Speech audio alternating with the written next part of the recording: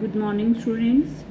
आज हम क्षितिज की कविता बच्चे काम पर जा रहे हैं करने जा रहे हैं, जिसके कवि राजेश जोशी जी हैं, जिन्होंने आज के भौतिकतावादी युग के बारे में बताया है कि किस तरह से मानव से दूर हो गया है और किस तरह से लोग पैसे के पीछे भाग रहे हैं और इसके साथ ही बच्चों का बचपन भी उनसे छीन लिया गया है। यानी गरीबी के कारण माँ बाप बच्चों को काम पर भेज रहे हैं और समाज में जो आर्थिक विषमता है और जो सामाजिक विषमता है उसके कारण बच्चों को खेल कूद और उनकी शिक्षा से दूर कर दिया गया है।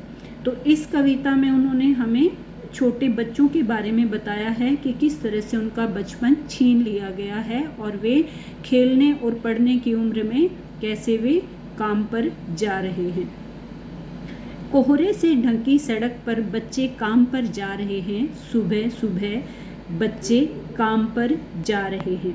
यानी इसमें कवि ने क्या कहा है कि कोहरे से ढकी सड़क, कोहरे मतलब धुंध से, कि सर्दियों का मौसम है और धुंध से ढकी हुई सड़क पर बच्चे काम पर जा रहे हैं। यानी छोटे छोटे बच्चे मेहनत मजदूरी करने के लिए जा रहे हैं सुबह सुबह, यानी ठंडी सुबह का मौसम है और बच्चे काम पर जा रहे हैं।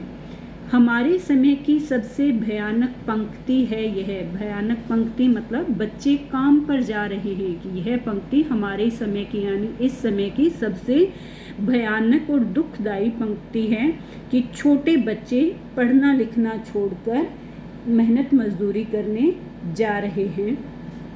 भयानक है इसे विवरण की तरह लिखा जाना चाहिए इसे सवाल की तरह। यानी फिर कवि क्या कहता है कि इससे भी भयानक बात क्या है कि हम इस चीज़ को सिर्फ एक्सप्लेन कर रहे हैं, विवरण यानी इसे विस्तार से लिख रहे हैं, यानी कि हम इस समस्या का समाधान करने की कोशिश नहीं कर रहे हैं, बल्कि हम सिर्फ इसे एक विस्तार पूर्वक इसको लिख रहे हैं। जबकि इसे कैसे लिखा जाना चाहिए? लिखा जाना चाहिए इसे सवाल की तरह, यानी एक प्रश्न के रूप में इसे समाज के सामने रखना चाहिए कि ऐसी क्या मजबूरी है कि छोटे बच्चे काम पर जा रहे हैं। यानी छोटे बच्चों को काम क्यों करना पड़ रहा है, उनका बचपन उनसे क्यों छीन लिया गया है। अभी तो उनके पढ़ने और खेलने कूदने के दिन हैं, फिर उनसे मेहनत मजदूरी क्यों करवाई जा रही है, काम पर क्यों जा रहे हैं बच्चे। यानी ये प्रश्न हमें समाज से पूछना चाहिए। फिर लिखते हैं कि क्या अंतरिक्ष में गिर गई हैं सारी गेंदें, क्या दिमकों ने खा लिया है सारी रंग बिरंगी किताबों को।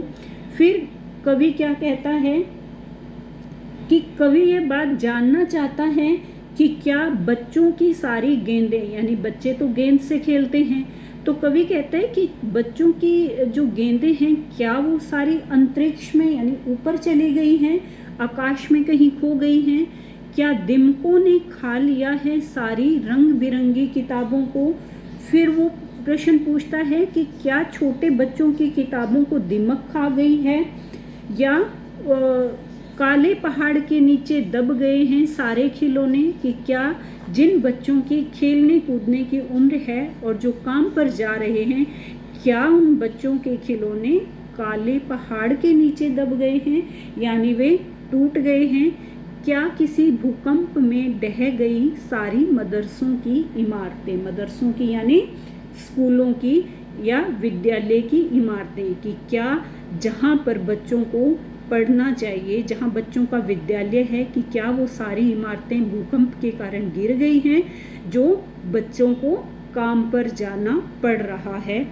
क्या सारे मैदान, सारे बगीचे और घरों के आंगन खत्म हो गए हैं एकाएक। फिर कवि कहता है कि क्या बच्चों के खेलने के जो मैदान हैं, सारे बगीचे हैं, घरों के आंगन हैं जिनमें बच्चे खेलते कूदते रहते हैं, क्या सब कुछ एकाएक यानी अचानक कि क्या सब कुछ एकाएक यानी अचानक ही खत्म हो गए हैं। फिर कवि कहता है कि अगर ऐसा हो गया है तो ये बहुत ही भयानक है कि बच्चों को काम पर क्यों जाना पड़ रहा है, कि क्या ये सारी चीज़ें जो हैं वो खत्म हो गई हैं, समाप्त हो गई हैं। तो फिर बचा ही क्या है इस दुनिया में। फिर कवि कहता है कि अगर ऐसा हो गया है कि सब कुछ खत्म हो गया है, बच्चों की गेंदें जो हैं वो गुम हो गई हैं, किताबों को दिमकों ने खा लिया है या उनके खिलौने टूट गए हैं, मदरसों की इमारतें टूट गई हैं, तो फिर इस दुनिया में बचा क्या है। यानी कहने का भाव क्या है कि ये दुनिया बच्चों के कारण ही तो है, और अगर ये सब कुछ खत्म हो गया तो फिर पीछे बचा ही क्या है। कितना भयानक होता अगर ऐसा होता। भयानक है, लेकिन इससे भी ज़्यादा यह है कि सारी चीज़ें हस्ब मामूल। यानी कितना भयानक होता अगर ऐसा होता। कैसा होता कि ये जो सारी ऊपर चीज़ें बताई हैं कि जैसे बच्चों की गेंदें आकाश में खोना, उनकी किताबों को दिमक द्वारा खा लेना, भूकंप में विद्यालय का टूट जाना, सारे मैदान, बगीचे, घरों के आंगन सब कुछ नष्ट हो जाना। कवि कहता है कि अगर ऐसा सचमुच हो जाता तो भयानक होता, यानी बहुत ही ज़्यादा डरावना होता। लेकिन इससे भी ज़्यादा डरावनी बात और क्या है, वो कवि हमारे सामने रख रहा है कि इससे भी ज़्यादा यह है, इससे भी ज़्यादा डरावना क्या है कि सारी चीज़ें हस्ब मामूल। हस्ब मामूल मतलब एज इट इज़ वहीं पर हैं, वो चीज़ें कहीं नहीं गई हैं। यानी ना बच्चों की गेंदें गुम हुई हैं, ना उनके स्कूल टूटे हैं, ना घरों के आंगन टूटे हैं, ना उनकी पुस्तकों को दिमक ने खाया है, बल्कि सारी चीज़ें वहीं पर हैं। लेकिन फिर भी बच्चों को उनसे वंचित कर दिया गया है, उनसे दूर कर दिया गया है और बच्चों से उनका बचपन छीन लिया गया है। पर दुनिया की हजारों सड़कों से गुजरते हुए बच्चे, बहुत छोटे बच्चे काम पर जा रहे हैं। फिर कवि क्या कहता है कि दुनिया की जो सड़कें हैं, यानी जहाँ पर दृष्टि हम दौड़ाते हैं वहीं पर क्या है कि छोटे छोटे बच्चे काम पर जा रहे हैं। वे अपनी तथा अपने माता पिता की भूख मिटाने के लिए, उनका आर्थिक बोझ कम करने के लिए, वे अपने परिवार का पालन पोषण करने के लिए वे सड़कों पर जा रहे हैं, यानी वे काम के लिए जा रहे हैं। यानी इस कविता में हमें बाल मजदूरी के बारे में बताया गया है। फिर कवि कहता है कि उनका न जाने उन बच्चों का जो बचपन है वो पता नहीं कहाँ पर खो गया है और क्यों खो गया है। तो कवि कहता है कि इस बात को हमें समाज के सामने एक प्रश्न के रूप में रखना चाहिए ताकि हमें इसका जवाब मिल सके। Thank you.